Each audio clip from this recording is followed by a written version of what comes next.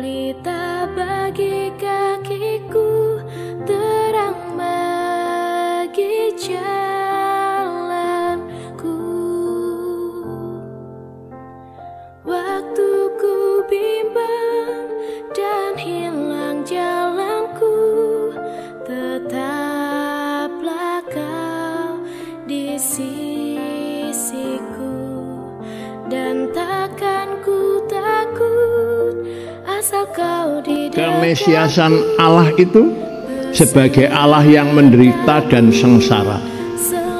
Maka dari itu dia mengatakan, orang yang percaya kepadaku dan mengikut aku, ia harus menyangkal dirinya. Ia harus memikul salibnya sendiri-sendiri dan mengikut aku. Kata-kata itu diungkapkan oleh Tuhan Yesus terang-terangan, jadi murid-muridnya itu supaya mengerti, tapi murid-muridnya tidak paham. Nah, sekarang diberikan kepada kita orang percaya yang percaya kepada Yesus harus siap untuk memikul salib kita masing-masing. Apa salib panjenengan? Salib panjenengan adalah kesulitan, kesengsaraan, kekurangan, kelemahan yang ada dalam diri kita. Itu harus dihilangkan. Karena kita mempunyai iman percaya bahwa Yesus akan memberikan kemenangan. Barang siapa yang percaya kepadaku, barang siapa yang mau mengikut aku, ia harus menyangkal diri. Menyangkal diri itu artinya, aku ini siapa? Aku ini ciptaannya. Berarti menderita adalah suatu bagian yang harus aku pikul. Jadi pikullah salibmu dan ikutlah aku. Karena apa ikut Tuhan? Ikut Tuhan itu walaupun kita mati, kita tidak mati. Monggo nggih kepada Bapak, Ibu dan saudara-saudara sekalian, kalau kita untuk mengenal Tuhan Yesus harus tahu tahapan-tahapannya. Kalau aku percaya kepada Yesus, berarti aku harus menyangkal diri. Di hadapan Tuhan aku iki sopo? Di hadapan Tuhan aku ini siapa? Hanya ciptaan dari tanah, dari debu yang kehidupannya tidak sempurna, lemah. Kalau bahasa Jawa lemah itu adalah debu. Tidak ada kekuatan apa-apa. Mudah hancur. Tanpa Allah kita hancur. Maka dari itu kalau ada kesulitan hidup, datang kepada pencipta kita. Kita diharapkan datang kepada Yesus. Engkau adalah kekuatanku. Seperti dalam Mazmur tadi diungkapkan bahwa ibu dan bapak kita ini siapa dalam Mazmur tadi? Yang dapat menguatkan, yang dapat memulihkan kekuatan kita, yang dapat menolong kita, yang bisa menopang kehidupan kita, hanya Allah saja. Meskipun ibu bapak sakit sepanjang umur, tapi kalau kekuatan iman kita kepada Tuhan ada, kita memiliki hidup seperti Dia hidup. Karena Tuhan Yesus sudah berfirman, kalau engkau percaya kepadaku, sangkallah dirimu. Kita harus menyangkal diri kita. Kita tidak punya kekuatan, hanya Allah di dalam Yesus yang memiliki kekuatan. Lalu pikullah salibmu, pikullah penderitaanmu, pikullah kesengsaraanmu, pikullah kekurangan-kekuranganmu dan lain sebagainya. Dengan iman, seperti yang disampaikan Pak Prakoso pada minggu-minggu yang lalu, ada 2 seri hari Minggu dan Rabu, dikatakan orang yang baik itu meskipun diperlakukan apa saja dalam keadaan situasi apa saja, kita harus tetap baik. Jangan berubah menjadi jahat. Ini yang pergumulannya sama. Tuhan Yesus juga berkeinginan, walaupun kamu dalam keadaan susah, beratnya kehidupan yang harus kau pikul, ingatlah aku. Aku adalah Allah yang memiliki kuasa. Aku mau menderita. Untuk siapa? Untuk kamu, untuk kalian semua. Jadi Tuhan Yesus sebagai perwujudan Allah yang menderita. Untuk siapa? Untuk umatnya yang telah diciptakan, supaya mereka terbebas dari penderitaan kekal.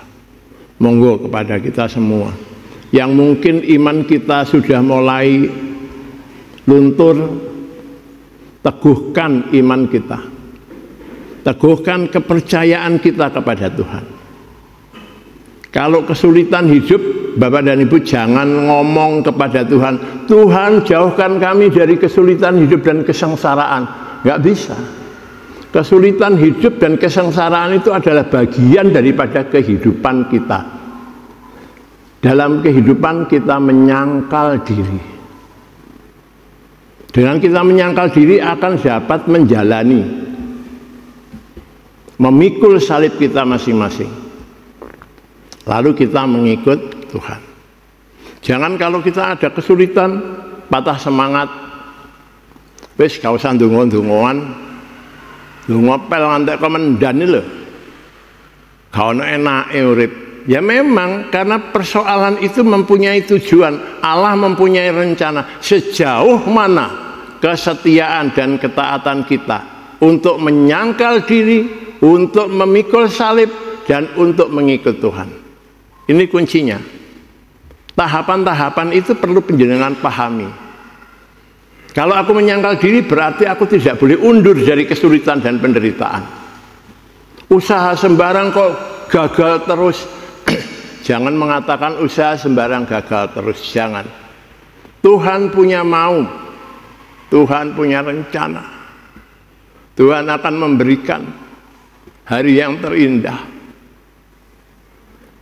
Itu yang menjadi pergumulan kita. Monggo nggih sampai tua. Aku ndonga sampai tua iku uripku gak tahu enak. Ada orang yang mengatakan gitu. Ini adalah suatu penghinaan yang disampaikan oleh Tuhan Yesus tadi. Hei iblis, enyahlah kau. Jadi iblis yang di dalam hati kita disingkirkan oleh Tuhan. Jangan mengganggu iman orang-orang percaya. Ada kegagalan usaha, aku usaha sejak dulu gini-gini, nggak ono maju-maju niki apa, modal sami nentek, itu merupakan rencana Allah. Jangan diterima sebagai suatu pikiran manusia karena kita usaha gagal atau kurang setia, kurang taat. Yang lucu lagi Bapak dan Ibu, saya kalau jalan kan sulit. Bangun tidur itu terantan-terantan.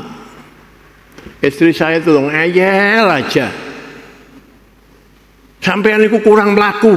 Wong mudun teko tempat tidur, ndrodok-ndrodok jange ambruk kok dikongkon mlaku. Kelilingan ndek kene lho, gang iki mrono, gang iki mrono. Kok ngarano gang iki mrono? Wong teko kene mrono iku lho. Jange njlungup kebentuk lemari. Yang lucu itu saya ini terus memikir, iya ya Tuhan punya kehendak apa ya kepadaku. Saya yang ngeyel sampai gak ngrasakno. Aku mudun iki sikilku kaku. Napak di dalam lantai ini seperti dasarnya anu kayak yun-yunan gini loh. Daripada nanti nyosor kan lebih baik pelan-pelan. Saya tetap jalan. Istri saya bilang, ya dia ya punya reko gini. Pak, uripno lampu nih saya jalan, remek nyalakan. Pak, iko kamar mandine banyune mili patenono saya jalan remek. Tapi saya bisa. Loh, itu tandanya sampean kurang mlaku. Nah, ini jadi dikira kurang jalan. Tidak bisa jalan lemak-lemak itu karena males. Pikiran kemanusiaan. Apa yang kamu pikir itu bukan yang dipikir oleh Allah. Aku begini ini ada rencana. Apa Tuhan kepadaku? Itu yang kamu harus pikir. Nah inilah sama dengan apa yang disampaikan pada bacaan saat ini. Iblis itu selalu mengganggu kehidupan kita. Kalau dijawabi terus, itu akan menjadi pertentangan di antara suami istri, anak dan orang tua. Nah sekarang kalau ada orang melaku, ya aku harus melaku loh. Ngono ya omah ya gak gelem nyapu-nyapu gitu. Yang lucu itu wong nyapu megang sapu gini buat gini kudu katut. Rasanya itu seperti orang yang mau dilempar gitu. Tuh pegang tempat yang dekat. Nah ini juga pergumulan. Apa rencana Tuhan? Ini yang masih saya cari. Kenapa saya mengalami seperti ini? Pada waktu saya umur muda nggak ada kelemahan tubuh yang seperti ini. Rencanamu terjadilah kepadaku. Seperti halnya melayani juga gitu. Saya tidak akan menolak pelayanan sepanjang aku bisa jalan pelan-pelan. Saya selalu kalau berdiri, jangan jatuh Tuhan, karena Engkau kekuatanku. Lah, ingatkan saya.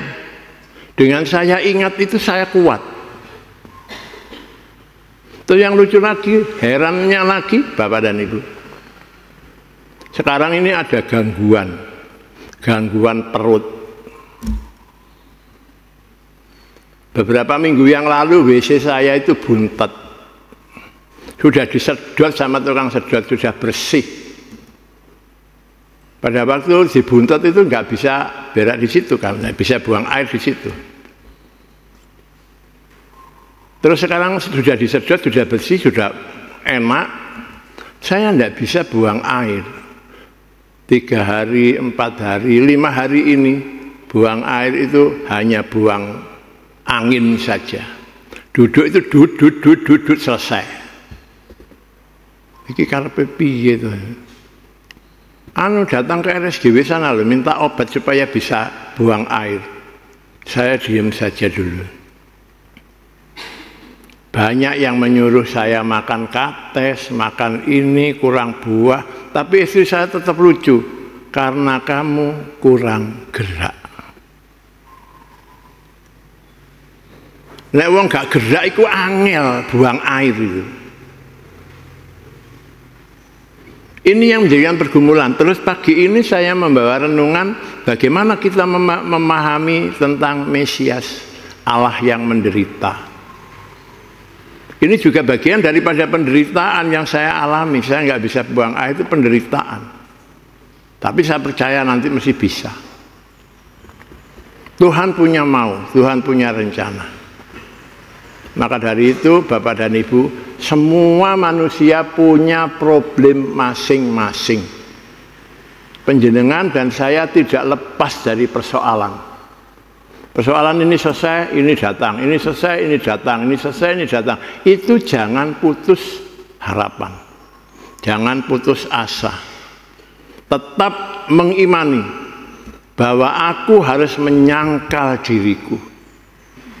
Aku harus memikul penderitaanku karena aku mengikut Tuhan. Karena apa? Tuhan akan memberi jalan, memberi kemudahan, dan juga memberi apa yang menjadi keperluan kita. Itulah umat percaya dan orang-orang Kristen zaman sekarang harus menghilangkan pemahaman kalau Tuhan Yesus itu akan membentuk ini, itu, dan sebagaimana harapan kita, bukan.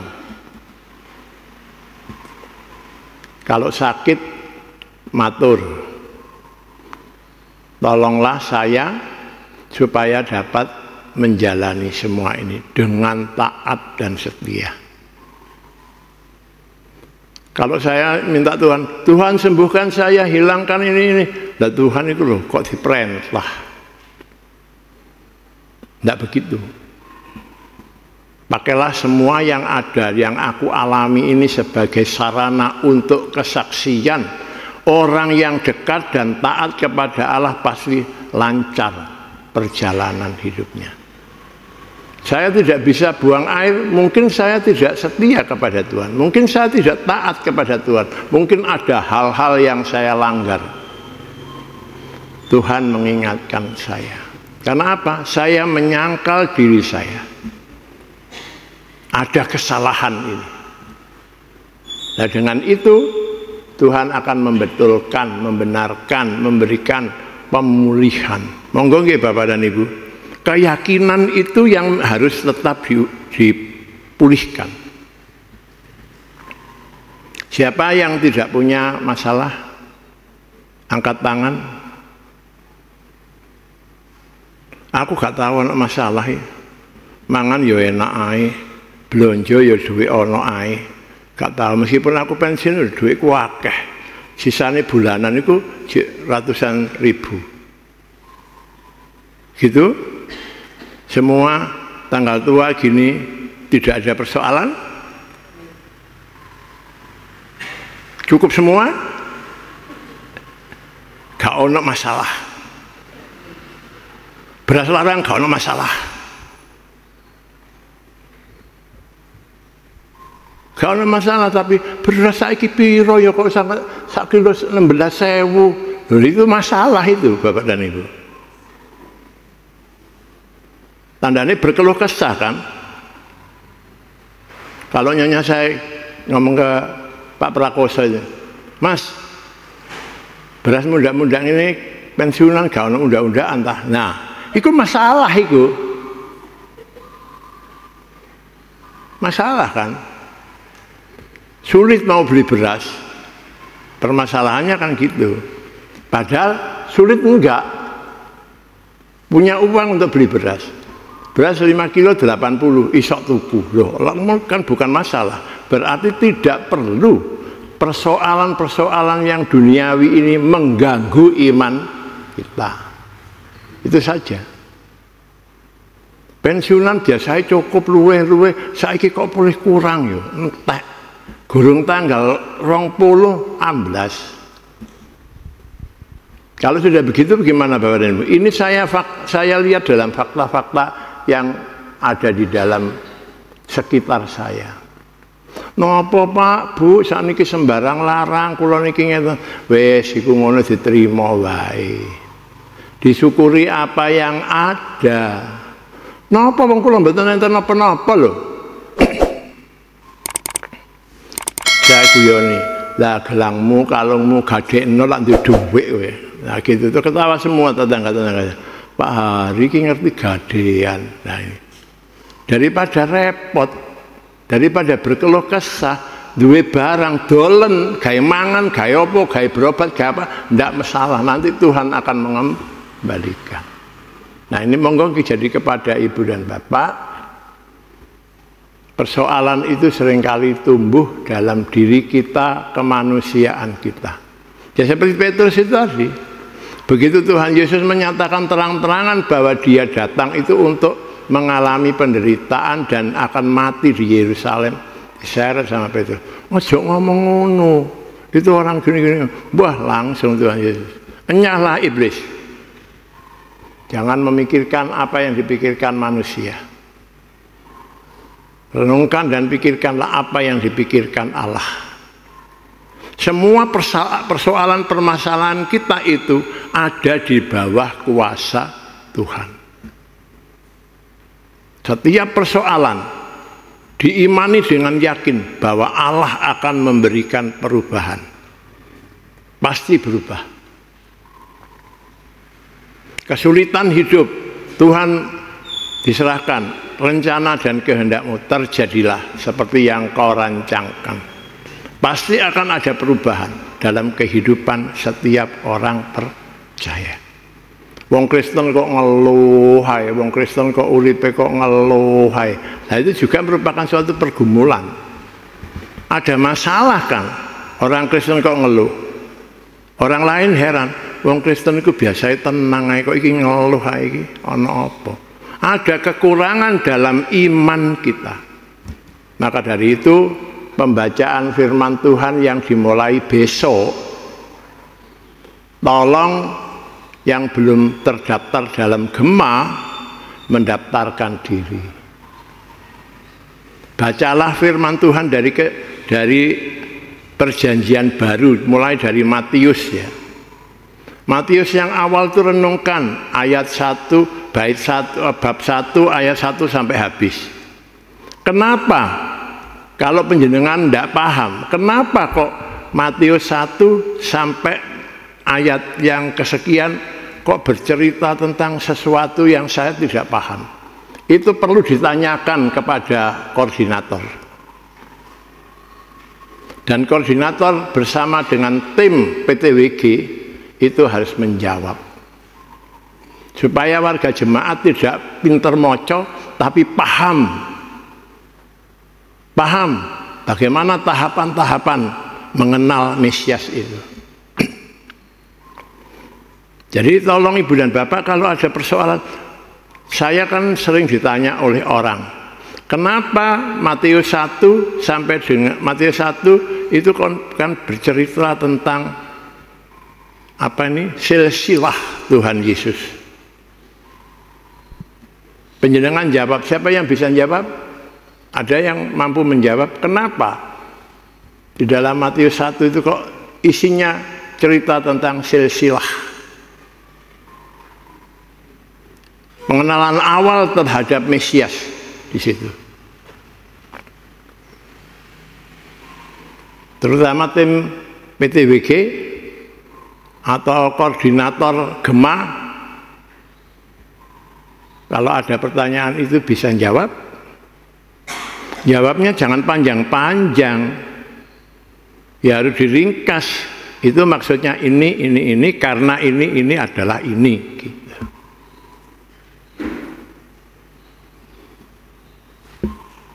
Sehingga begitu kita mendapat jawaban itu paham.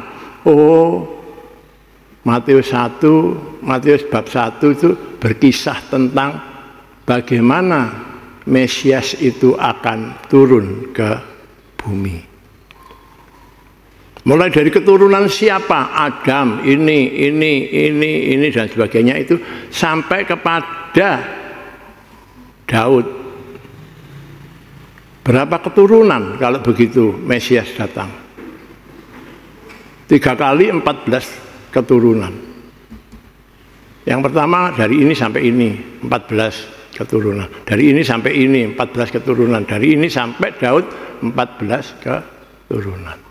Nah, itulah pergumulan pemahaman di dalam gerakan membaca Alkitab, sehingga kita memahami Mesias itu datang tidak tanpa rencana, sudah direncanakan oleh Allah melalui 14 keturunan pertama, 14 keturunan kedua, 14 keturunan yang ketiga. Dengan demikian kita paham, oh iya, berarti Tuhan itu kalau membuat rencana itu bukan rencana dadakan. Seperti di TV itu ada tamu dadakan, pagi ini dadak tamu tidak begitu. Tuhan Allah mempunyai rencana, program itu panjang sekali. Pemikiran Allah itu tidak pemikiran pendek, tapi pemikiran yang panjang, sehingga semua umat itu akan memahami. Monggo nggih, jadi dalam pembacaan Alkitab nanti kalau bait 2, bait 3 ada kesulitan apa, tanyakan lagi. Nah, dengan demikian itu ada timbal baliknya. Aku membaca gak ngerti, takon, dijawab, punya bekal. Nah, itulah sebetulnya yang perlu kita lakukan supaya iman kita kuat. Kita saling menguatkan. Kita saling memberitahu, yang tidak tahu kita jelaskan. Atau nggih? Jadi kepada Ibu dan Bapak, marilah kita menyangkal diri, memikul salib kita masing-masing dengan sukacita, taat dan setia. Itulah kunci daripada pengikut Yesus. Yang menjadi bagian dari keselamatan Mesias, penderitaan Allah. Allah yang menderita itu enggak sia-sia. Allah yang menderita itu ada maknanya, yaitu menyelamatkan saudara dan saya. Selamat pagi, Tuhan memberkati. Amin. Firman-Mu pelita bagi kakiku,